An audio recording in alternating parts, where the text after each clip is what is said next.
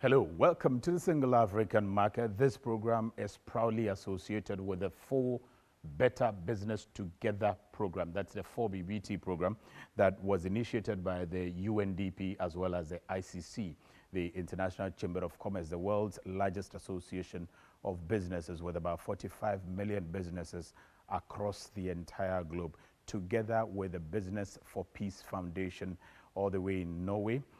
Now, the German Development Corporation is also associated with the program. That's the GIZ. The United Nations Economic Commission for Africa, UNECA, is proudly associated with this program. Now, all of them believe, both businesses and international partners believe in the fact that it is only when information is made available to businesses that they can take advantage of it.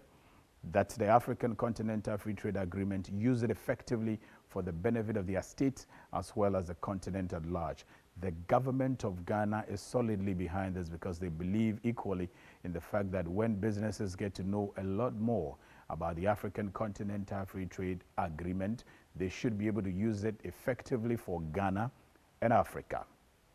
Now, a major target beneficiary of the African Continental Free Trade Agreement is supposed to be small and medium enterprises. And it is believed that when small and medium enterprises are empowered, they are able to take advantage of the continent's wider and larger market now to be able to empower their states and empower the entire continent as well. And for us on the Single African Market, if you notice right from the maiden edition, we have been unveiling some young innovators who are doing remarkably well for you to know what they're doing, get inspired by it, and also if there are support to help them expand their businesses, they can be able to access those support and be able to expand for the benefit of this country and the continent at large. So we began in our maiden edition with this young man who is adding value to Tiger Nut by producing cookies as well as drinks and spray starch.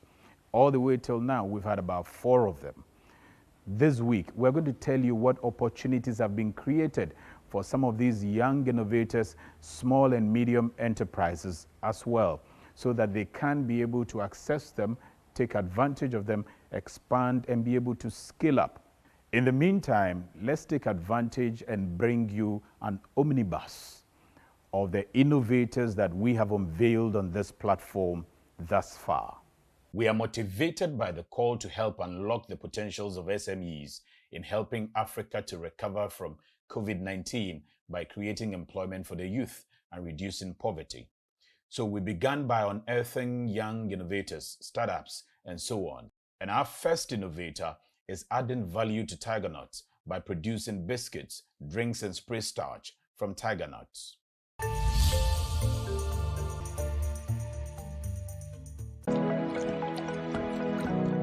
I was in University of Cape Coast when the conception of the idea came. I bypassed the woman who was selling Tiger Nuts. This crop is very nutritious and well known in Ghana, but up to this point, Tiger Nuts does not have a value-added product in the market. So I wanted to experiment to know more about the crop. UNDP grants came in very handy to help us with the fabrication, which were done locally here in Ghana. This has helped us with the processing line of the milk drink, and now we are able to produce from the 100 bottles we were doing before. Now we're able to do 8,000 of the milk drink per month, and we're also able to do 4,000 of the biscuits in a month. His vision is to scale up production and sell to the wider African market. As we increase, we are also targeting the African market. Our second innovator began producing his own herbal medicines after graduating from the university. When Kinnock completed KNUST, finding a job became a challenge. To remedy this, I started the quest of creating a job for myself and others. I started the research, started from the kitchen. I needed FDA certification to be able to come out. We had the funding from UNDP and we purchased a locally manufactured boiler, which is 1,000 liters capacity. And with this, we are now increasing our output from 25 bottles to 2,000 bottles at a go. And the bigger African market is his dream. We have the vision of reaching a lot of the African countries because of our mode. We are looking up to partnering with pharmaceutical companies in these countries and then even health professionals. Our next innovator created disinfection chamber to keep Ghanaians safe and assist the nation bounce back from the effect of COVID-19. During the wake of COVID-19, all countries in the world, including Africa, was affected. Ghana wasn't exempted. Scaling up to the African market is his dream. If we get the help, we would not be able to only ensure COVID safety in Ghana, we would be able to ensure COVID safety in the West African sub-region and the entire continent as a whole. Then we came to Richard Kwarteng, who began as a shoemaker startup and now owns a household name shoe factory in Kumasi and in Black Shoes. He stretched up his talent even further and innovated a facility that allows one to wash and sanitize their hands and checks body temperature within this COVID era. I became passionate about shoemaking and I started learning on the internet. After I graduated from the university in 2014 and finished my service, I ventured into shoemaking. That recruited about 10 people to start. During the COVID period, I wanted to make a system for my factory, my shoe factory, so that my workers there will use and be safe. So I scaled the system and also thought of how to design it, and I contacted my two brothers. We all sat down and we made the system. That went viral during the lockdown, and the president of the land also acknowledged. And MBSSI also came in with the support and we scaled it up. And today we are here with production of the solar wash, and we've graduated and improved upon it to even produce a better one called Rapid Check. Richard has dreams to storm the African market. So wonderful young men with smart ideas and brilliant steps already taken to ensure that they also contribute their quota in this country.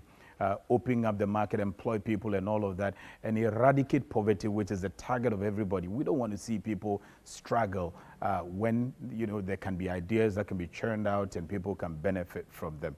So we have unveiled all these folks, but we wanted to know what next for them, and that's what we're going to be doing. We'll follow these young men all the way through till we see something come out of what they have done. So this week, we decided to approach the Ghana Enterprises Agency to find out what can be the future of these people, and many more who are there and don't even know where to turn. Somebody is generating something, somebody is innovating that, somebody is starting up a business. Where should they turn? What opportunities are there? Some of our innovators already have benefited from the Ghana Enterprises Agency. Some have benefited from the UNDP. But can all agencies, international partners, government agencies, businesses come together and help all these young folks to be able to grow their businesses? The new Continental Trade Agreement was very instrumental and fundamental, because what you're trying to do is now you're trying to be more competitive outside of your nation, outside of the box that you've always been competitive in. And so how do you facilitate trade on that level? And you can't facilitate trade when you don't have businesses to really trade with. And so you need to make your businesses within your country, within your region, more competitive, so that when they go to the rest of the world, they have better products, they have quality products, they have better packaging, they have diverse programs to compete with, to trade in. So you don't go trading the same things with the rest of Africa. So as much as possible, our mandate was, how do we bring about diversification? How then do we implement this MSME policy to ensure that the businesses we are working with really can harness the strengths of being in Ghana to compete on a global or regional platform? So what is some of the practical things that we are likely to see in your new mandate that would be able to scale up our businesses to the continental market? I think one, we're going to see stronger partnerships. I think between government, because we're a government institution, with private sector, with NGOs, with foundations, with partners, developing partners as well. We've already started initiating a lot of these partnerships. The other one is access to finance. How do you compete if you don't have the right quality type of financing, right? And so a couple of weeks ago, we launched the Access to Finance Technical Committee to really drive the idea and the understanding of how do you get quality finance. And our new act allows us to set up an MSME fund. And that fund is also for us to help fund these MSMEs, the businesses, to become competitive. Quite a number of times you speak to the businesses, whether small or medium. Their major challenge is finance.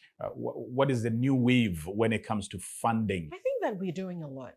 And I think that the president, Nana Addo Dankwa Akufo-Addo, has been really very intentional in how we support these MSMEs. And the first one, and it's not anything that happened only everywhere. I mean, Ghana was very particular. During the COVID times, there was the Access to Finance component and the CAPBAS support. And that support really drove home a lot of funding to businesses who would not even have had access to financing, realistically. What are some of the challenges that, as per your interactions with some of these MSMEs, you can tell that these are their difficulties that is impeding them from taking advantage of the continental market? One is mindset, right? And I think it's the most fundamental thing. How do we address issues of mindset? How do we get people to say that, okay, this is where you can go? And I'll give you a challenge about mindset. Most often, when government comes up with interventions, people say, oh, I bind ya. Do you understand? So there are few people who know that I'll even try it. I'll just try it and see. And they keep getting support. That mindset change of, can I just let me just throw something in the hat and hope that if I pull it, someone might just pull, I might be lucky. So you realize that just a few people who know where, when, how to go. They take advantage of opportunities, and it's all a mindset change. The other is also lack of information. And I always say, for lack of knowledge, my people perish. And so how do we also, as government institutions, because I'm speaking from the point of where I sit, as to how do we provide access to information to people? How do we become better at what we do by providing information? But there's also a catch-22 there, right? Because what you're doing is that you're throwing information out there and you're trying to tell people this is what is available. But then the people are also coming back and pushing back and saying, oh, you're lying. Oh, you're this. Oh, it's not true. Maybe because they try and they don't get. Not everybody will get it. Okay. But the people who get it will also not come back and say, I got it, right? And maybe telling the stories of those who have benefited from some of the facilities that you give out. It's about you doing what you have to do. We will provide you with support. We have our business advisory centers. That's why we have 191 business advisory centers and 37 business resource centers. Right? And so people can walk into them and say, this is what I have. And now social media is a beautiful thing. But immediately you put out testimony, people say, oh, no, it's a lie. And immediately you say that, other people then think, oh, then let me not go there. So I really advise people, because someone is saying, don't listen, do what you want to do. And then give yourself the opportunity to actually see how far it goes. Because people have benefited from so many different things. I mean, for the past 4 years since I took office, over 700,000 people have benefited from interventions from this institution. And in the coming weeks, there's going to be a lot of youth interventions. In the new GEA, we're looking at stronger partnerships. And these partnerships were with the MasterCard Foundation, with other partners, where we went in and said, okay, these are people we know. Because if you're going to export, if you're going to go into other products, regulations, the quality of your product, the packaging of your product. Under our partnerships with the German Invest in Jobs, right, with GIZ and Invest in Jobs and other partners, what we were able to do, and we realized COVID had hit and government was really looking at digitalization. We worked with a lot of these businesses and gave them access to digital products. We gave them tools to be able to buy and sell online and to be able to drive sales on there. We have AFTA now. Do you have a special package, or are you tuning in to have a special package that would concentrate on growing some of these young businesses to be able to take advantage of the African market? Yes, I think the success of the AFTA rests a lot with SMEs. Very much. So we need to drive that. And so we're not going to sit back. And it's something that we ourselves as institutions are focusing on in terms of what quality products, what are the products you're going to put out there? And so in terms of how we're going to design and how we've designed our interventions, a lot of it focuses on that. If I'm watching a young person and I have a business plan or I've started something going on, how do I approach GEA? Almost every district, there is an office. Okay. If you go into the district assemblies and you ask for a business advisory center, which is a BAC, or you ask for a BRC, you would see us. Okay. If you're part of the network and we're doing programs, we'll let you know. We'll email you, we'll send information, we put adverts out so they will know what is happening on there. You know, so as much as possible, there's opportunity. We're very honest about what it is that we can and can't do. But you give advisory as well. If you can't, Give advisory. you may want to Exactly. tell them what to do. We'll to direct meet you. requirements. And Exactly. You know, we'll direct you if you need support. I mean, if you need GSA, you come for a letter through us, they give you a discount. If you mean the standards? Yes, the Ghana Authority. Standards Authority, Yeah. right? You know, if you need that, if you need some support, you're having certain challenges and we think we provide that support. So we are very accessible. I mean, anybody can walk in and ask questions, and that's our job. So we have to do it. So that's the Chief Executive Officer of Ghana Enterprises Agency. And if you've been doubting that you can access some opportunities, please take the bold step. Move to some of these agencies and ask how you can be helped. Try it. Others have tried it, and it has worked for them. Apia Kusi Adomako is the West Africa Regional Director of CATS International. He's advising all small and medium enterprises to begin to do a lot of research of the African market because a lot of opportunities are in other countries that you can take advantage of. He's also asking that let's work together. I know you, you know me, call me. Let's think together and work together and benefit together. If you are a young entrepreneur, for example, you should be able to look at improving to ensure that you get a quality. So that, for example, if someone comes to buy your disinfection chamber and you know that it's lasting longer than the others are having, that alone would also, that word of mouth would even increase your volume of sale. First, you may start with just the product. Then as time goes on, you work on it to improve upon it. You need to also have partners in other countries. Who helps them to get these partners? You see, the thing is that they say that you must lift yourself from your own bootstrap. Government is not there to come and lift you and take you to Abuja or Durban or Johannesburg and take you to an investor. No. Now, thank God, by sitting on your phone or your computer, you can get the information that you want. Yeah. People must use the tool of the internet. You can go online, search for maybe shopping malls, in the top shopping malls in South Africa.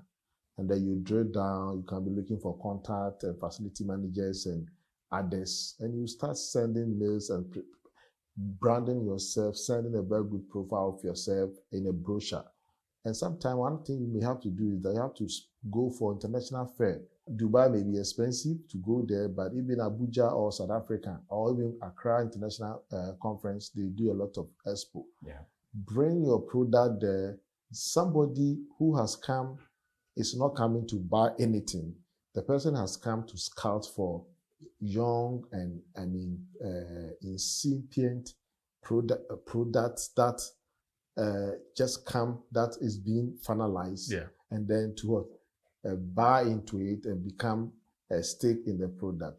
So if we sit down in our village in Kumasi and Hohoe or in Damongo and expecting millennium to reach us, we may not be able to see millennium. These days, everywhere you turn, people are being encouraged.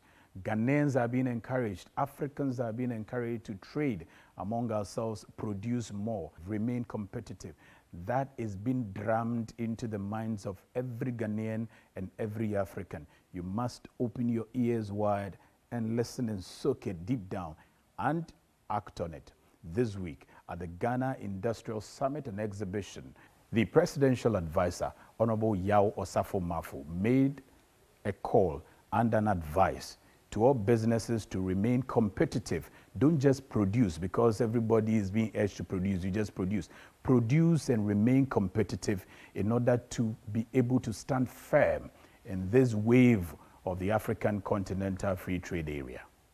Ghana's presidential advisor, Yao Osafo-Maafo, has called on businesses to concentrate on remaining competitive, even as they produce for the continental market and take advantage of the African Continental Free Trade Area Agreement. He said if businesses merely produce and are unable to remain competitive, they may have a problem because Other African countries are also producing onto the same African market. The presidential advisor who was speaking at the 4th Ghana Industrial Summit and Exhibition 2021 said competitive production is key to harnessing opportunities AFCFTA presents, while admitting that government also owed it a duty to provide an atmosphere that would make businesses competitive, and the government of Ghana is prepared to create that needed environment for businesses to be competitive under AFCFTA. Dignitaries at the 2021 Ghana Industrial Summit and Exhibition examined products of some Ghanaian businesses present at the summit and exhibition. They are supporting the AFCFTA. We are supporting the Ghana government to implement the agreement together with various stakeholders like AGI, Genesis, Ministry of Trade and Industry, and also the Alliance for Trade Facilitation, where we are supporting the facilitation of trade processes for exports. So that was the presidential advisor, Honorable Yao Osafo-Maafo, at the Ghana Industrial Summit and Exhibition 2021. And at that event, the GIZ, now our proud partner, was there and said that a lot of activities are being done by GIZ to continue to support this whole dream of Africa. Also, the African Continental Free Trade Secretariat was present at that event and assured that there's going to be intense sensitization, just like what we're doing, and we'll continue to do a lot more together with everybody else so that you get to understand the AFCFTA and use it. And the Ministry of Trade and Industries, through the Director of Multilateral Trade at that ministry, urged every small and medium enterprise to take advantage of the Ghana Enterprises Agency, just as you heard not long ago. Senior advisor to the Secretary General of the AFCFTA, Peter Joyce Sewonu, has urged Ghanaian private sector to familiarize themselves with the schedules of the various sectors, including education and finance, by contacting the Ministry of Trade or the National AFCFTA Secretariat. We are going to have a schedule of specific commitment. So in terms of services liberalization, the WTO has helped us in classifying it. So we have 12 sectors. So if you have a typical service like educational services, and then you want to export educational services, how do you do that? We have 4 modes of supply. In the end, there's a schedule, which is basically a table in terms of how you intend to liberalize your services. So that particular one as well, private sector should be invested. In terms of financial services, you can look at the schedule and then you know, oh, South Africa, how many banks does South Africa permit in their economy? He explained that Ghana is considered a developing country and therefore has a relatively shorter period to liberalize its tariff compared to countries considered as least developed. At a panel engagement, the Ministry of Trade and Industry, the AFCFTA Secretariat, and GIZ share their respective organizations' positions on how the private sector can take advantage of the AFCFTA. GIZ highlighted interventions made to simplify the AFCFTA to its targeted beneficiaries. There needs to be awareness and sensitization creation on AFCFTA. I know the ministry has done something in that line going around, and our project, we are also doing the same thing. My team is currently in WA, sensitizing young entrepreneurs and SMEs, trying to simplify what AFTA means for them. The Ministry of Trade urged small and medium enterprises to approach the Ghana Enterprises Agency to access, support, and harness the opportunities of AFCFTA, since MSMEs are a major target beneficiaries of the AFCFTA based on the 7 components of the National Action Plan. It's difficult. Luckily, we're able to have the National MSME and Entrepreneurship Policy, which is now warranted the need to transform MDSSI into Ghana Enterprise Agency. It now means that AGI and other related institutions must now state their concerns within what the mandate of the GEO. So across the entire country and across the entire continent, the wave of this dream to have one market for Africa is blowing everywhere. We don't want you to be left out. That's why we continue to bring you this program to understand this whole vision, take part, create something, do something, know where to go and access opportunities so that you can also employ, eradicate poverty. We can all do it together. Our innovator for next week is producing about 200,000 snails every year in this country. And he already has a market of about 2.4 million snails every year that he's supposed to supply, yet he can't do that. He wants a lot more young people to get into snail farming. If you don't know how to start, he's willing to assist you. And if you don't have money, you just heard from the Ghana Enterprises Agency. Explore, look at where opportunities are. We will be taking inspiration from our snail farmer and our innovator next week. As always, we try almost every week to bring you one news or event or the other that is happening around the vision of Africa having one market. A report by CATS Ghana has revealed the various products with the highest export potential to the African market under African Continental Free Trade Agreement for Ghana prior to the commencement of the AfCFTA in January. Palm oil, malt extract, and 3 others ranked highest Ghanaian export potential under AfCFTA, according to the CATS report. But the malt extracts, the pasta, the palm oil, those ones, the demand is there, but then we have not maximized, optimized that demand. I see. And if we can invest, when I say invest, I don't mean government. Government has no business in doing a business. Yeah. If private sector, with this information, I'm sure the private sector can also take it as an opportunity to go into that. You might want to take a look at the schedules of flights that are moving from Kotoka International Airport all the way to the rest of the cities of Africa. You also want to look at the forex rate for the African market, as well as the weather report for all cities of Africa, and then the AfCFTA status of member states.